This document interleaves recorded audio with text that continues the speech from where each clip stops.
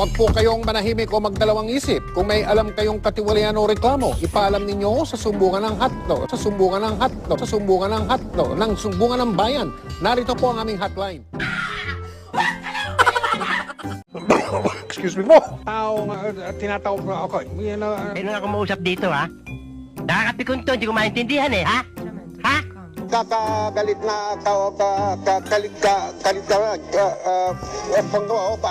gitna pa lang ng Mayo. Sabi sa inyo, magulong kausap yan eh!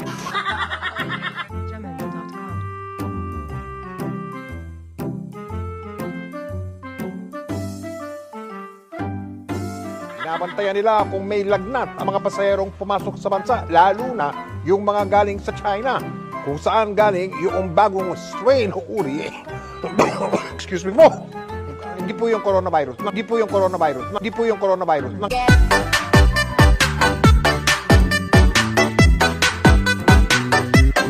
In English kasi para maintindihan din ni ano. All my fellow Filipinos, now this is my side. Listen, look, and listen, and learn.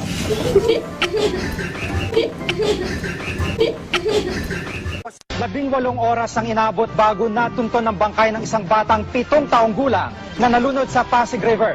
Aksidente lang umanong nahulog ang ilog sa bata. Aksidente lang umanong nahulog ang ilog sa bata. Aksidente lang umanong nahulog ang ilog sa bata o ang bata sa ilog. At live mula sa Menjola, Maynila, saksi si Michael Pahapin. Igan, pasado alas 8 ng tahimik na mag-disperse ang mga ralisa sa San Sebastian. Ngunit matapos ang ilang negosasyon, ito ay matapos na nag-disperse sila. Pagkatapos ito, hindi na sila nag-away sa simula. Pagkatapos ito ay nagkaroon sila ng pag-aaway na sa simula. Gulo-gulo!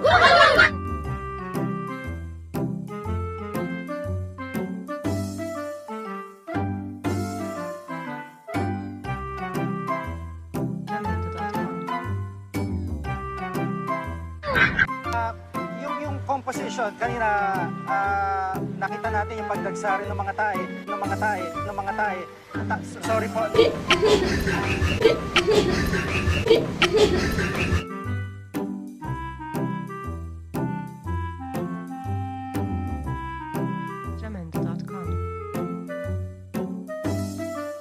Dami ng bilang ng kaso ng COVID-19 sa Pilipinas at sa buong mundo.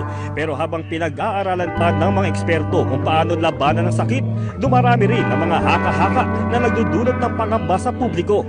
2019 yan eh. Kaya naniwala ko expire na yan kasi 2020 na ngayon.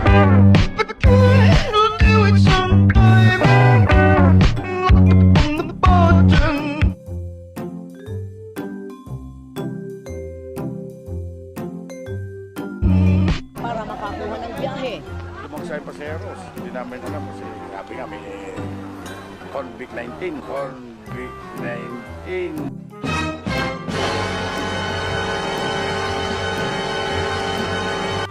Ano po?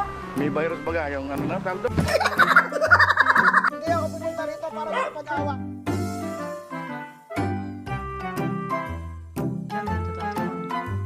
Okay kami rito, partner. Okay kami rito, partner. Walang problema. Medyo may perimeter doon ang military. Sumusunod naman tayo sa kanilang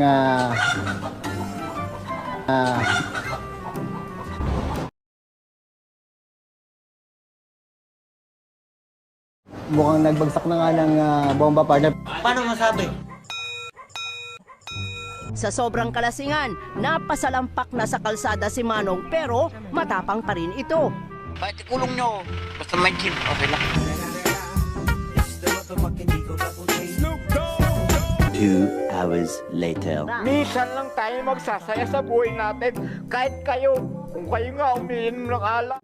Dahil pasukin natin itong kanilang baby's room. Dito raw makikita yung ilan nga sa mga drawing ng kanilang baby, maging ang kanilang mga laruan! Mga laruan! Oh my God! Oh, angas mo, hindi mo pa ako lalag. Ginagawa niya. Okay.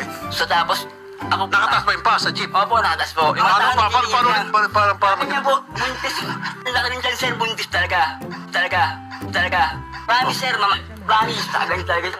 Kung naalala ninyo, nitong Setyembre, may lumutang din na bagong isla sa Pakistan, dulot ng malakas na lindol na tinawag na Salsala Ko. Salsala Ko. Salsala Ko. Walang nakatira sa islang ito sa Pakistan dahil nagbubuga po ito ng flammable gas.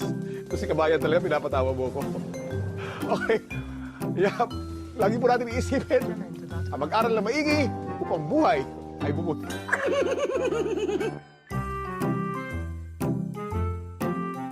May mga naninimaho na ng mga damit.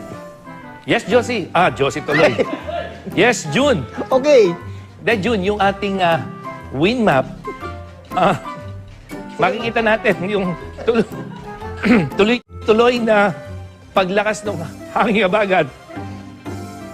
At ito ay dahil doon sa bagyong Josie. At hindi lang ngayong weekend, kung hindi maaring Lunes hindi lamang po ngayong weekend makakaranas ng mga pagulan, kung hindi maging sa mga susunod pang 2 hanggang 3 araw, June. Mutani, sige, maraming salamat sa iyo. Baka kung ano pa matawag mo sa akin.